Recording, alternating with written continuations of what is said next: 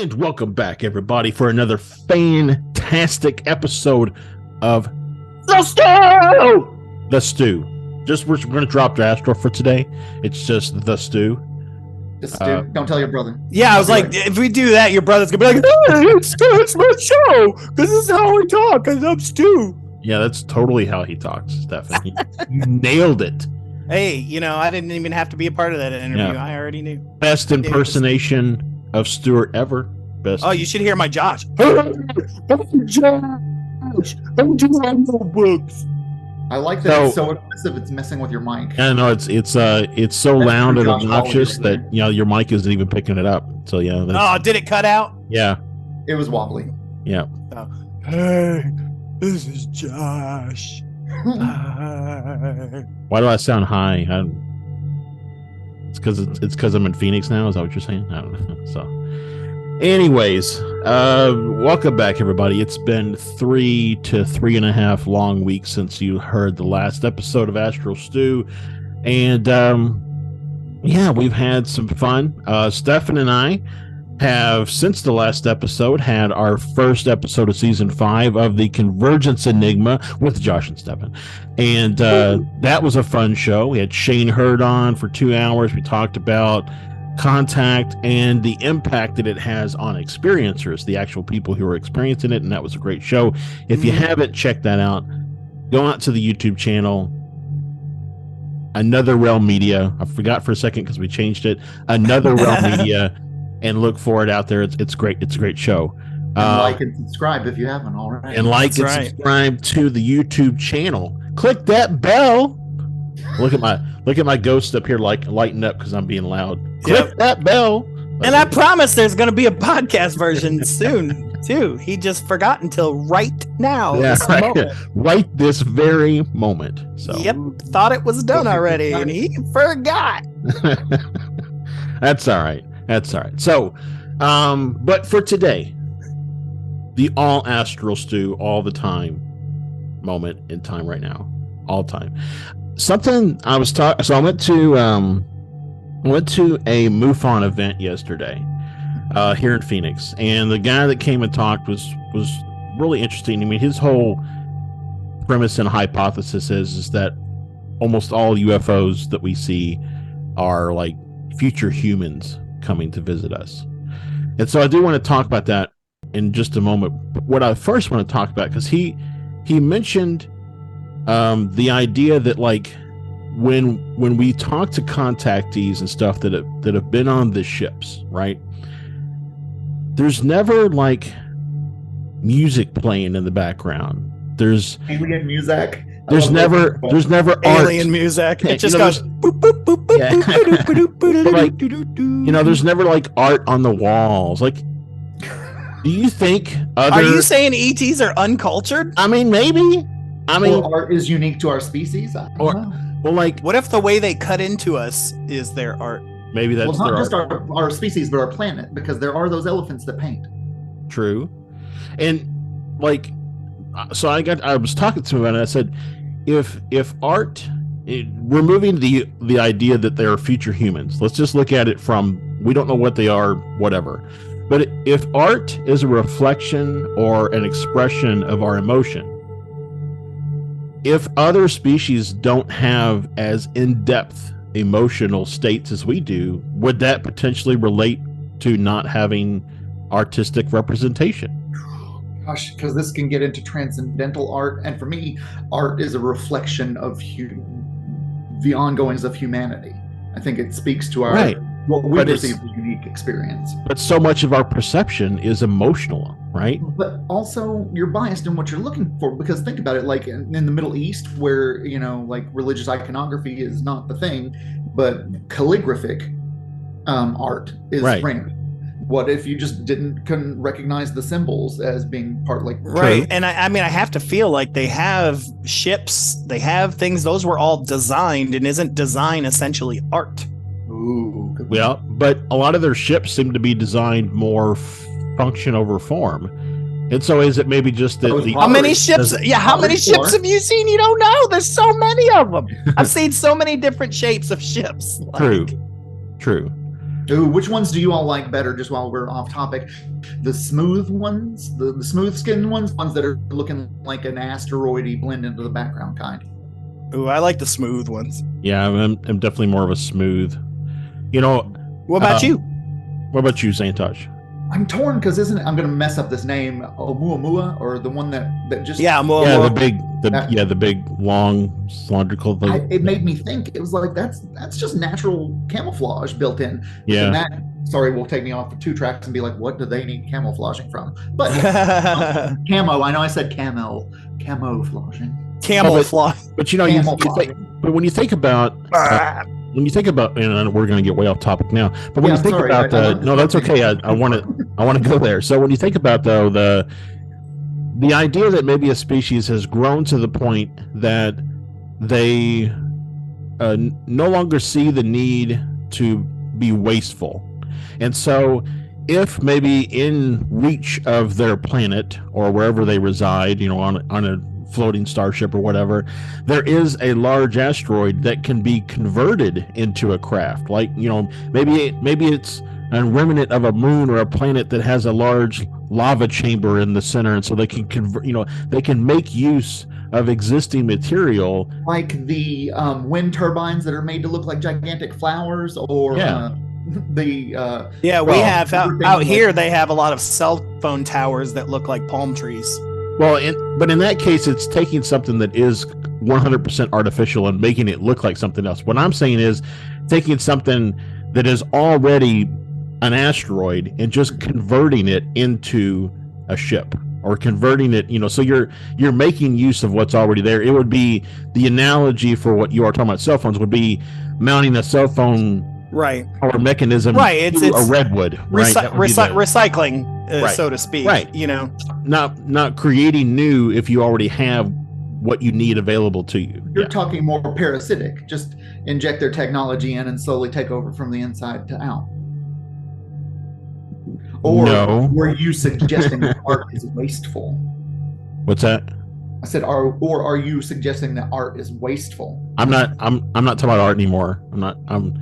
We're talking about ships, and I was just simply saying that, is it possible that Oumuamua or whatever is legitimately an asteroid that was converted into a ship? Yeah, that's all I was trying to say.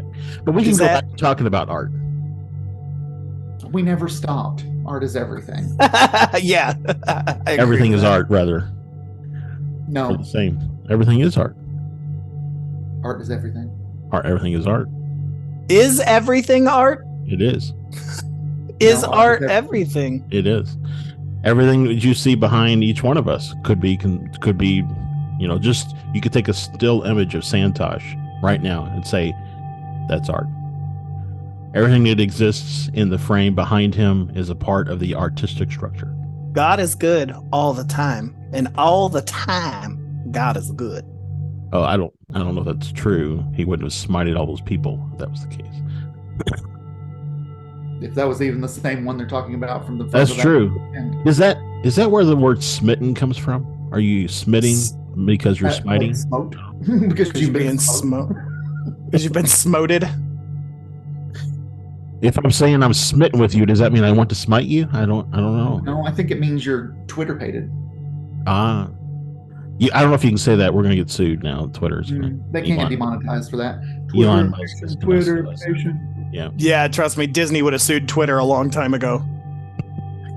So, I don't know. I guess to your point, maybe you're right. Maybe the symbols that we see, that people, that have contact, they draw those little symbols and things that they see on the outside of it. Maybe that is their depiction of art, and maybe it's our, again, that kind of anthropomorphic. Yeah, there you go. Of our understanding of what art is, right? To look at them and say they don't have art or they don't have culture.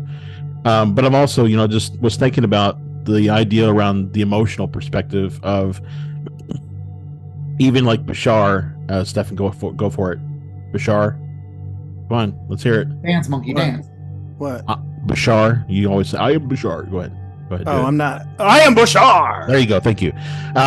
So even Bashar has talked about how, his species grew to a point where they didn't really have the emotional depth that we did. And so that's why in the early days of abductions, it was more of a frightful experience because they didn't realize emotionally that they were having an effect that way. So, yeah. Can we bring back the butt probes?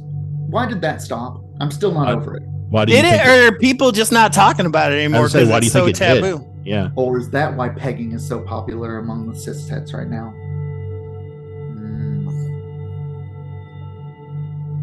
Yeah. Maybe. Deep. What? It was deep, but And that's an art form in of He itself. said deep. The deep. That's what we call Deepak. No, that's like the boys. What- The so Deep, and he's such an awful character. The deep. So- Oh yeah. So is Adele's song where she says "Rolling in the Deep"? Is that a pegging reference? on ecstasy, pegging on ecstasy, rolling in the deep. Oh my goodness, we've gone way off topic, guy. We're so far off topic that we've left the solar system. We've only just You're taking your begun. hand and occupying the space within it. You're not changing the form. You're just occupying it as the vessel. Right. Occupying the anus. But anyways, so jumping back to what I first started the show with, what are your all's thoughts on the possibility that we are that most of the UFOs that we experience are us from the future? What are your thoughts on that? I personally have always liked that idea and have subscribed to it, but I'm never 100% on any of that because I think it's a combination of a lot of things. But do I think that is something we would do? 100%. So one of the things, some, go ahead and not say that. all, is my opinion on it. What is it? Sorry, I had to cut you off. Some, not all. Yeah. I mean, I think we talked about it before on this show and other things that we've done, that we as humans, we have this need to classify everything into one or the other. Right. But, it can't be a combination of everything. There's nothing that says it has to be one thing or the other. One of the things that the guy that I heard speak yesterday his name is Dr. Michael Masters, by the way. If you want to look him up, I think his website is michaelpmasters.com. But he talked about how he starts his whole premise with the probability that another intelligent species would have evolved on another planet to be bipedal. And he says the probability of that happening is really low. And so that's why so then all of his premise is kind of built off of the probability of that happening is low. Therefore, if we're experiencing bipedals in UFO craft, they must be us from the future.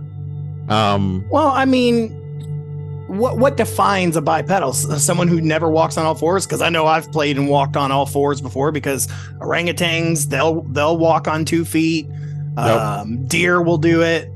So orangutans and things like that, they walk on 2 feet to eat, like to get to food and things. But predominantly, they are not bipedal beings. So it's got to be predominantly. They're not shaped. Their skull is still shaped to be a kind of down on all fours, forward facing, and everything in their movement.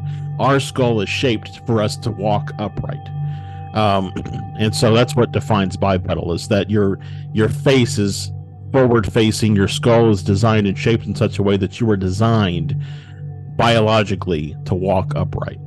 Okay. But one of the things that people always say is that, well, humans are the only bipedal species on the planet. Well, I would argue that we are now, right?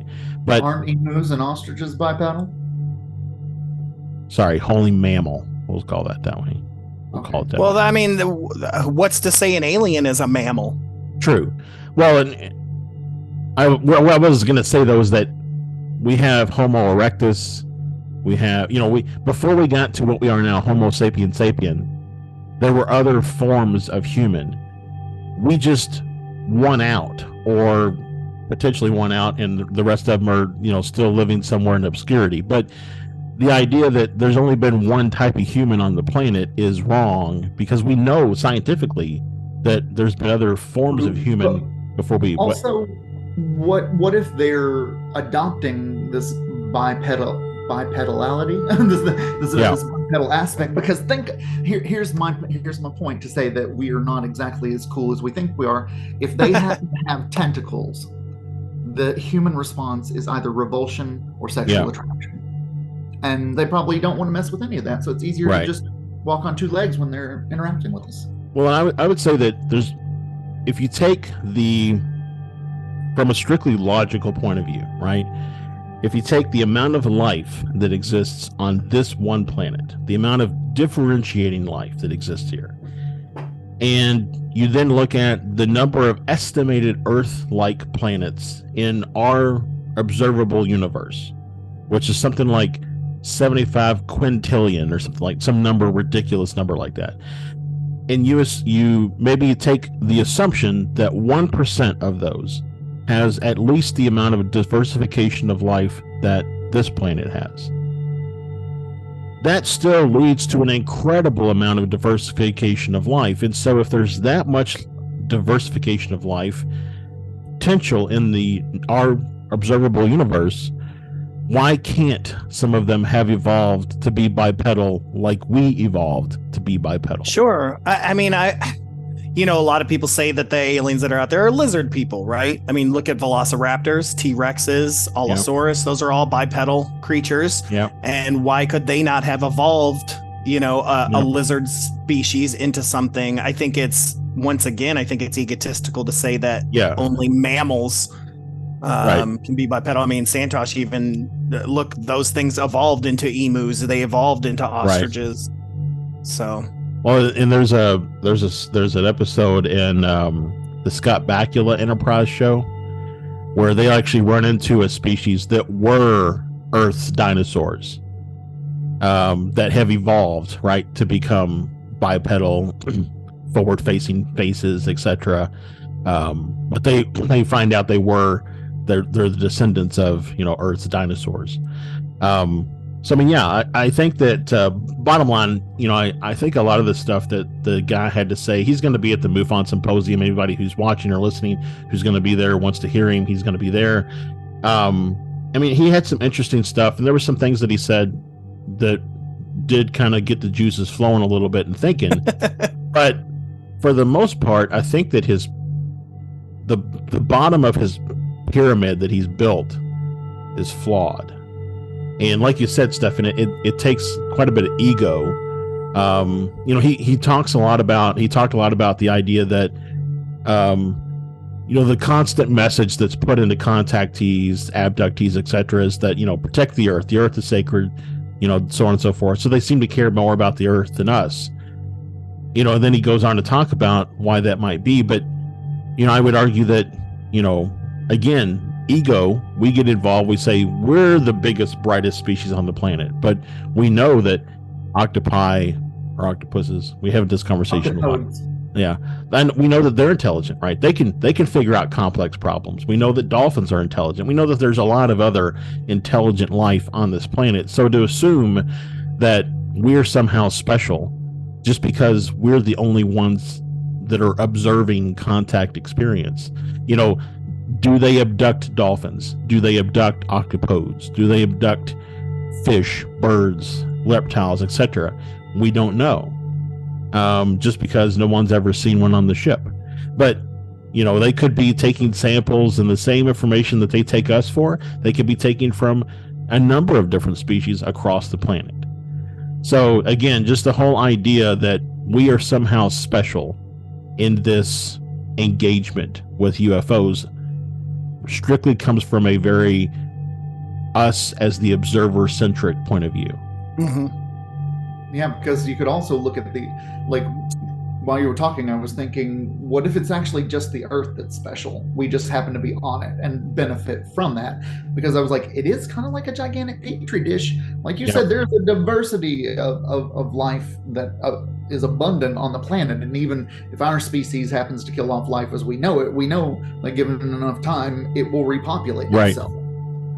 Well, not shameless plug here, but in my other podcast that I do, Etheric Transmissions, where I channel content from a different group of individuals, they have talked about how Earth is a like a oh crap, what's the word? It's a nursery. Earth is a nursery, and they use it to grow other species to then be transplanted onto other planets in our galaxy or in our again same thing, right? So that's why they want to protect it, because there is such an explosion of life right now, and so to have us wipe it out, you're right, it would regain, right? It would continue, would start over again, but it would take a long quote unquote time, right? As far as we're a long time to get here, right? So they don't want us to, F it up. So yeah, that's the introduction of, hey, protect the Earth, not because so much that well, I mean, it is an island, right? We're all working together on this island. As far as I know, there's no other planet we can just hop in the spaceship and fly to, and we can live there instead. Right. But also because all life on the Earth is important, not just human life. So even microbial, I think so. It's funny. So I recently had a stomach virus, and I Reiki'd myself. I asked you guys to help and Reiki me, and I was thinking about it as I was doing that. I was like, am I asking for the death of the virus? Because there's, again, I saw this billboard depiction. It was like, it had different animals on it, like dogs and cats and stuff, and then it went to like horses, and it's like, where do you draw the line between what is pet and what is food? And it's just, again, when you think about viruses and things like that, we do so much to kill them, but I don't know. I don't know what y'all's thoughts on that. That's because you're young to Reiki, and that is a question that every single one of us come across. I want to hear Stefan's, because it's taken me years to find the answer. I have an answer for you. That may not be the answer. It's the answer I get to. That's also implying that it's more important you come to your own answers. But yes. Give me the question again. Because you were multitasking? Yes. Are you trying to get the podcast out?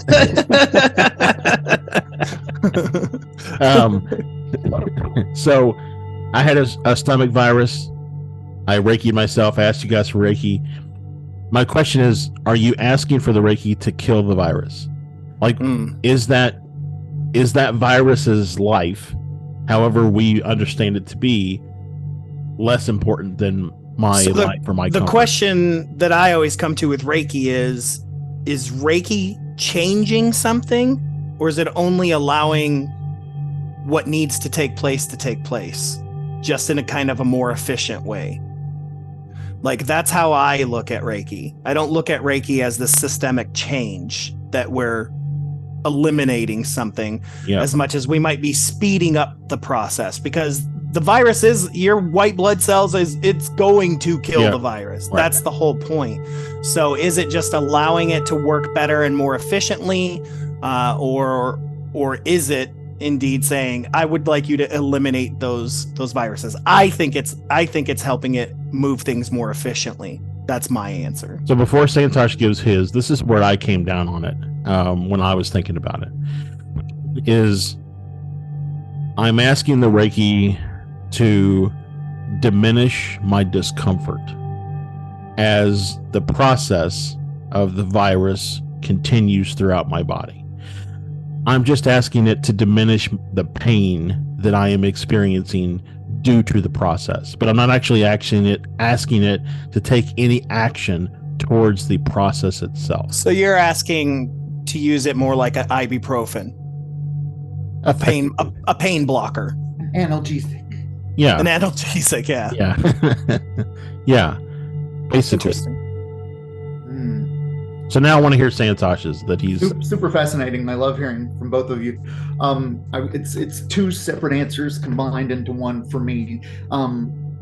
That, like, one of the first rules of Reiki is Reiki can do no harm. Mm-hmm. Now, is it true that Reiki can do no harm?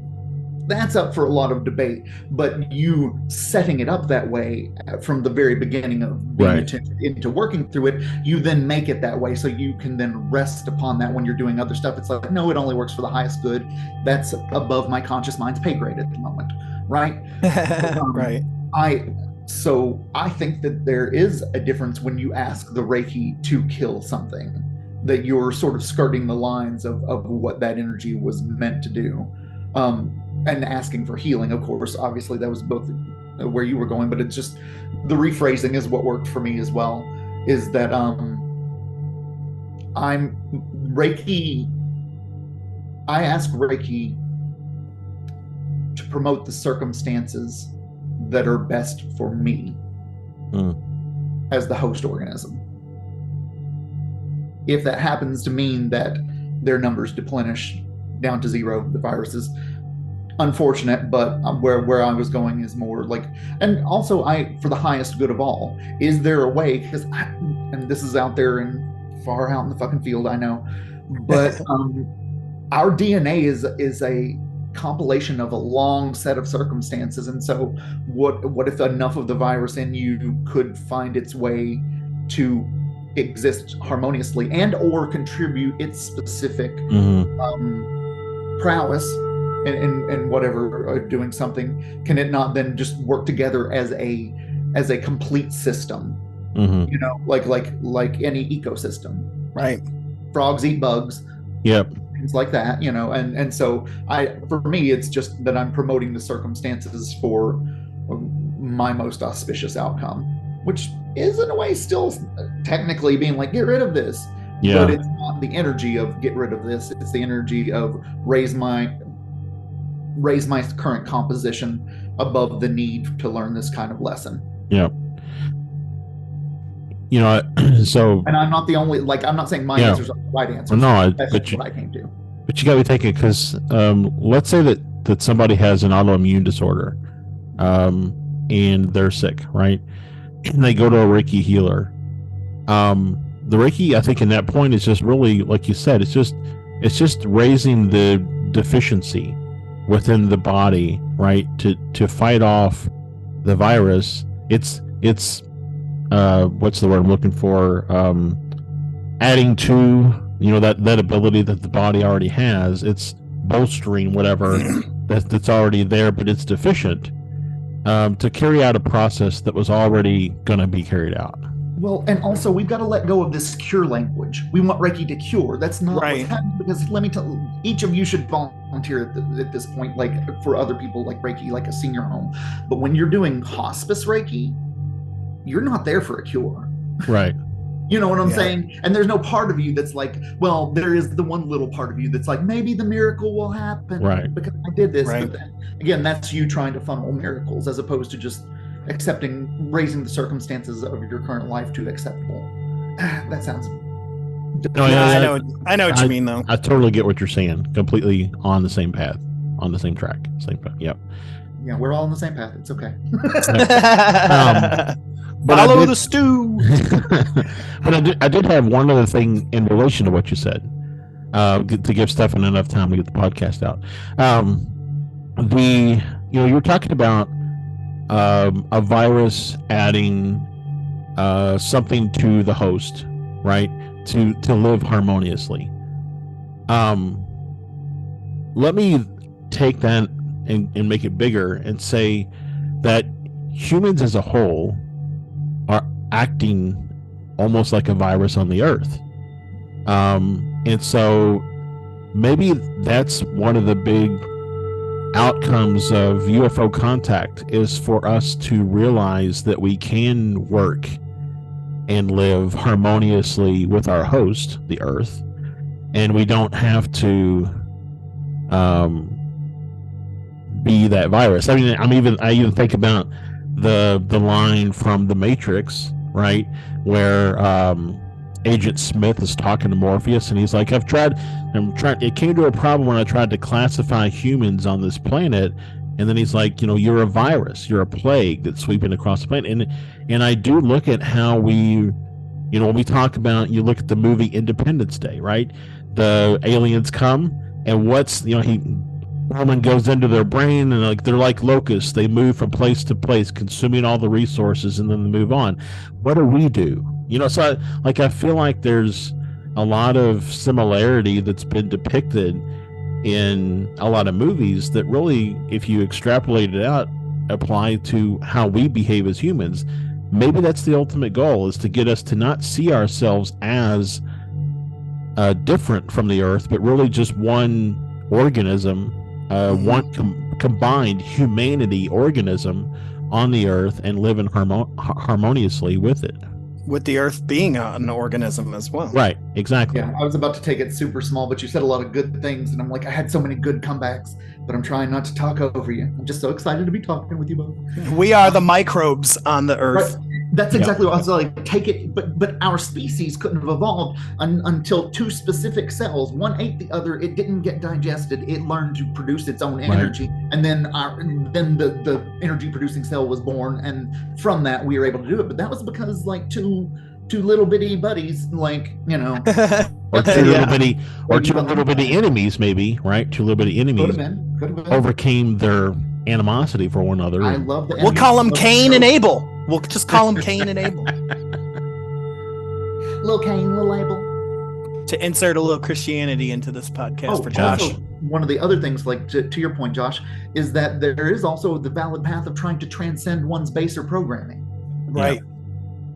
Right? Not every human is down for that job. Yeah. So, yeah, I don't know. It's a lot of a great show. I know. I always like when we get here where we leave more questions than we have answers, and we're like, "Goodbye, everybody. Have fun. Good night. Enjoy the stew." So I guess I'll put it out there for like a call to action for the people that watch the show, because I do see you all do comment. Great show, great conversation, whatever. I want to know, what are your thoughts on some of the stuff we've talked about here today? No, don't just comment and say great show. I mean, I love to hear those things. That's wait, don't stop saying great show. Don't stop saying that. But I want to know, like, what do you feel like about this kind of stuff? How do you? So you saying I have to think with my fake accounts? Yes. Well, I was going to say it makes it a little more easier and open. Is what questions did listening to us?